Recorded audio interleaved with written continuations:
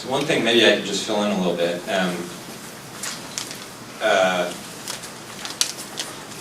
With the whole, I mean, all of you guys obviously have IT platforms, and when we talk about, specifically here, it's a U.S.-Japan business context. So, we're obviously in the United States. When we start talking about the Japanese market, the nice thing about IT, as far as I understand it, obviously there's regulatory, cultural, and other issues. But when you talk about localizing your platforms, it becomes pretty turnkey, right?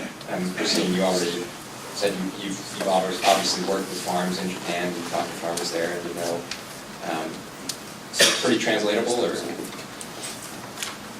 Yeah, I think so. It's part of the reason why we built our platform to be as visual as possible, so that there'd be less translation. We are, I mean, I was impressed that Kasunori-san has been using electric fencing for many years. He's over 65, but he is smartphone savvy, he has an iPad. Actually, that's how we communicated the whole time, because I don't speak Japanese very well, so we use Google Translate. He explained to me what an ichi was. And Japan's had mobile-enabled swipe-through sensing for subways for many years before. I mean, we're still not there in the United States. And one of the potential platforms that we're interested in building, Jennifer is a hardware engineer by training, and so sensor networks are becoming extremely cheap and easy and scalable. So for farms, you can start to see a future in which you have a pasture map, which is cloud-based data, but also updates with a large-scale sensor network, either on the animals or in the soil, feeding you data all the time, as long as the power source makes sense. But if it's feeding and constantly updating data on the quality of your soil and what's going on in your land. And then on the traceability side, so Mitsubishi Corporation, my day job, Mitsubishi Corporation sources a lot of produce from the United States, and their strategy for that business group in Mitsubishi Corporation, which is called a Living Essentials Group, is to source more North American and South American produce for the Asian markets. Kind of what Alvaro alluded to is kind of the shift away from China.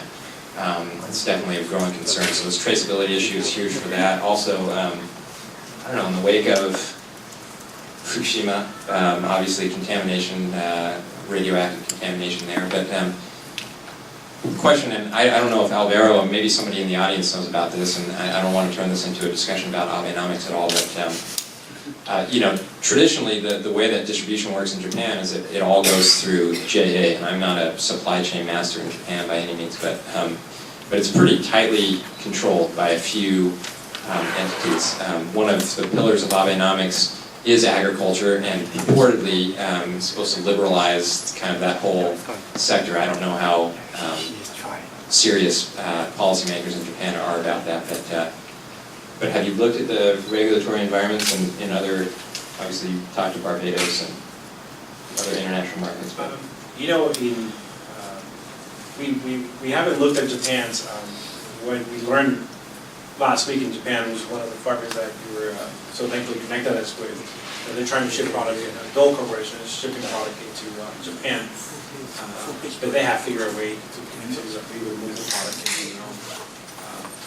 I think food safety is still a concern in Japan and other countries, but legislation is just not there. Barbados, it's still conversation for them at the government level.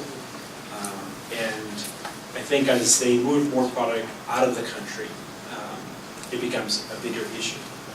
For example, like in Barbados, ship lenders that come in and dock don't want to buy product from them because the food safety standards are not there. And at the same time, the government of Barbados telling them, if you want to dock here, you have to buy from our local growers. And so, it's a tug of war that they're trying to figure out right now. UK, Europe is pretty big on traceability and food safety in the U.S., but everywhere else, Mexico it's food safety is a big thing in Mexico, but the traceability part of it is non-existent. So there's every country's still a conversation for the most part.